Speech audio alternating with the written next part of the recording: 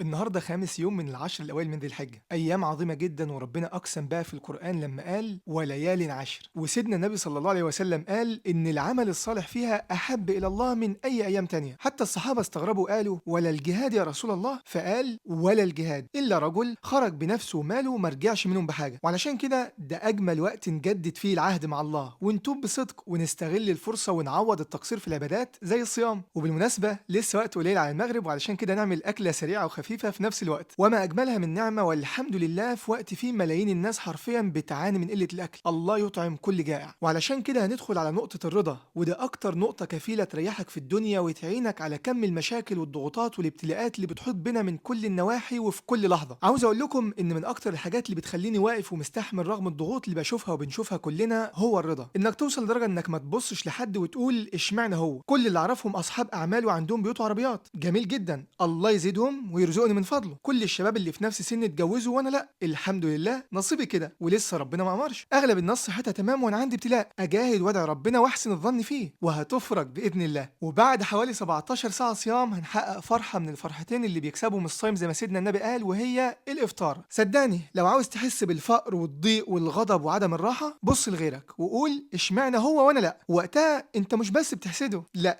انت بتتعب قلبك وبتعيش طول الوقت في مقارنه مستمره، وكانك ناسي ان ربنا قسم الارزاق لكل واحد بحكمه هو عارفها. العلاج في الايه اللي ربنا كلمنا فيها وقال ولا تمدن عينيك الى ما متعنا به ازواجا منهم زهره الحياه الدنيا لنفتنهم فيه ورزق ربك خير وابقى. صديقي، كلامي مش دعوة لليأس والإحباط ونزع الأمل من جواك، قد ما هي رسالة إنك تبص لغيرك. لو لقيته أقل منك قول الحمد لله واستغل النعمة صح، ولو لقيته أعلى منك كمان قول الحمد لله، اتمنى له الخير واسعى وخد بالأسباب واطلب من اللي عطاله يعطيك.